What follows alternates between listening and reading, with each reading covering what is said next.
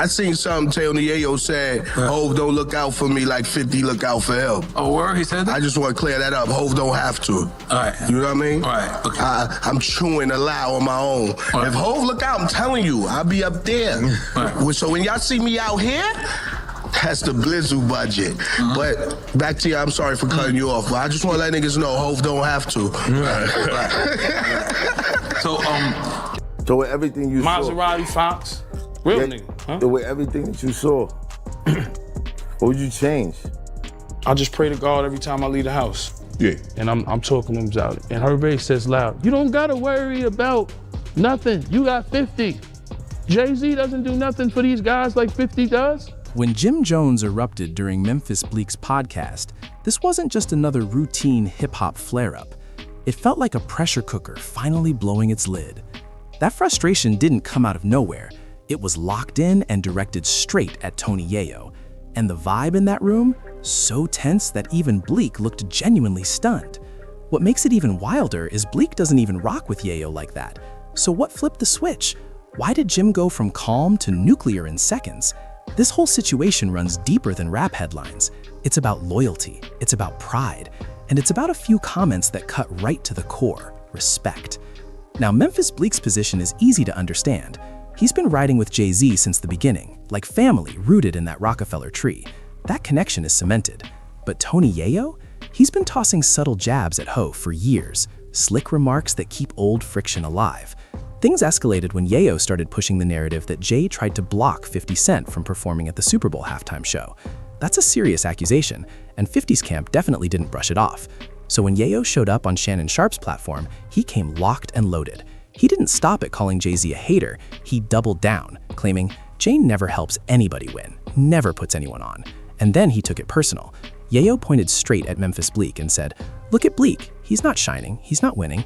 Jay don't take care of him like 50 takes care of us. Like I just said, we just came back off tour. Yeah.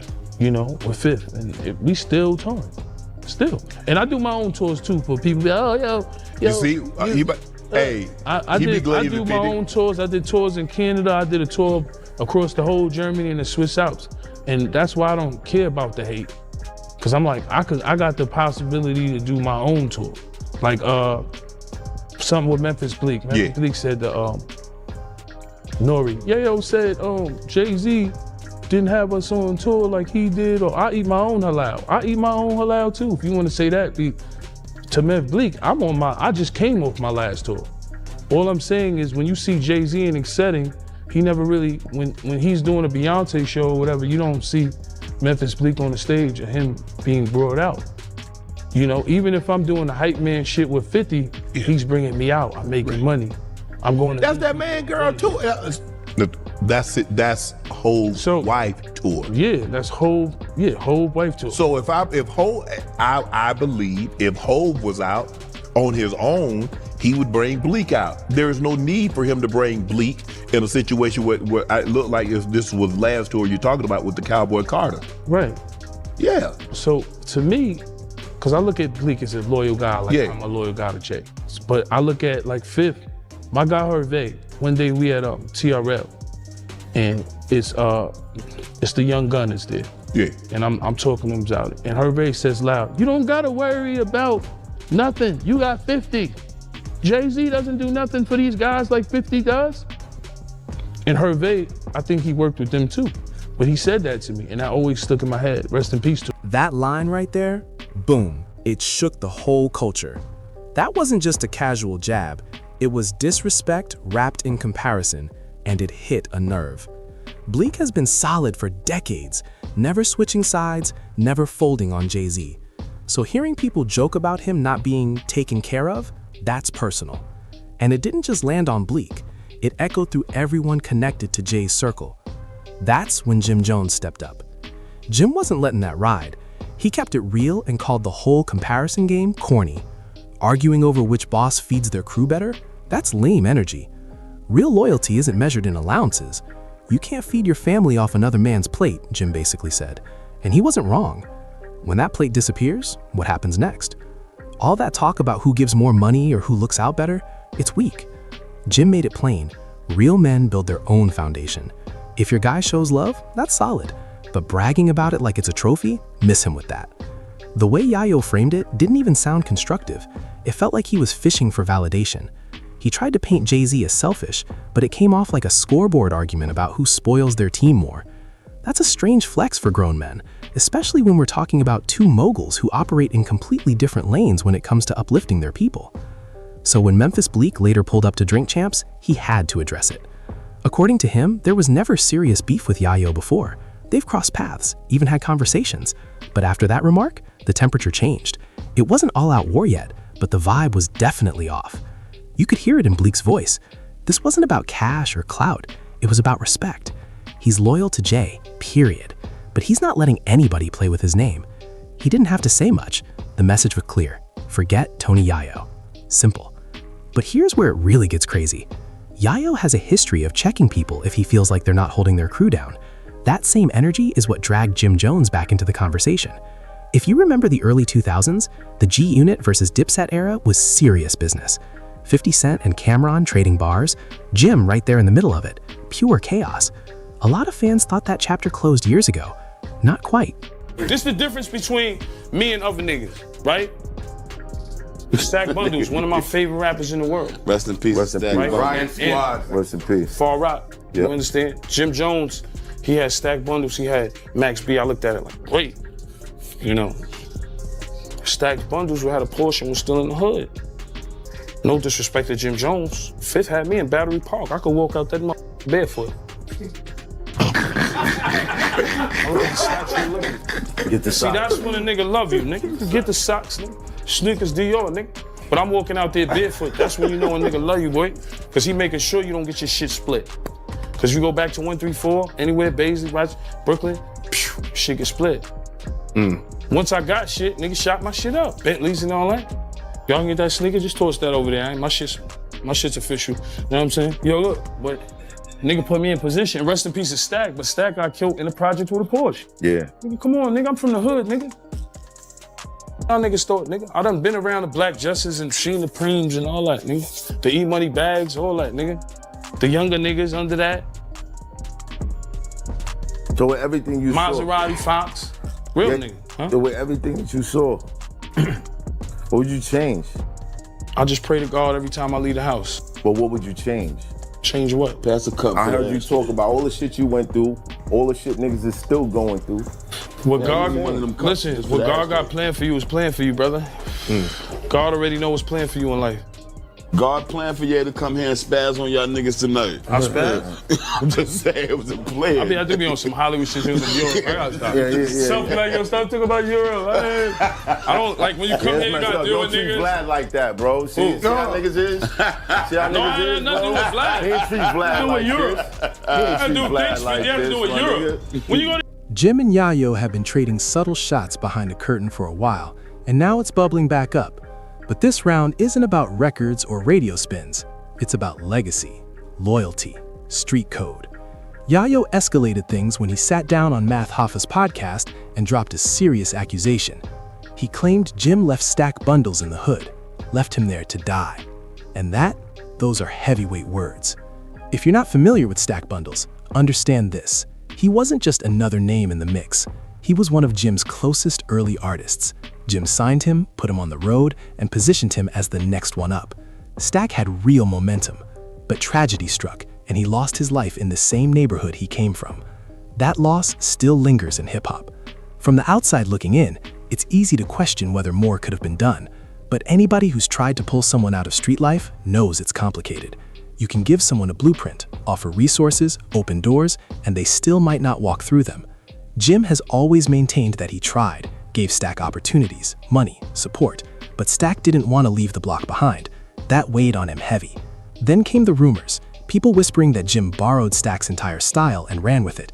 Jim has consistently denied that narrative. He says he honored Stack's energy, not stole it, and every time he talks about it, you can hear the hurt. So when Yayo dragged Stack's name back into the spotlight, that crossed a line. That wasn't rap banter anymore, that was personal. By the time Jim sat down with Memphis Bleek, the tension was already simmering. The moment Yayo's name surfaced, Jim's entire demeanor shifted. It was instant, no pause, no filter.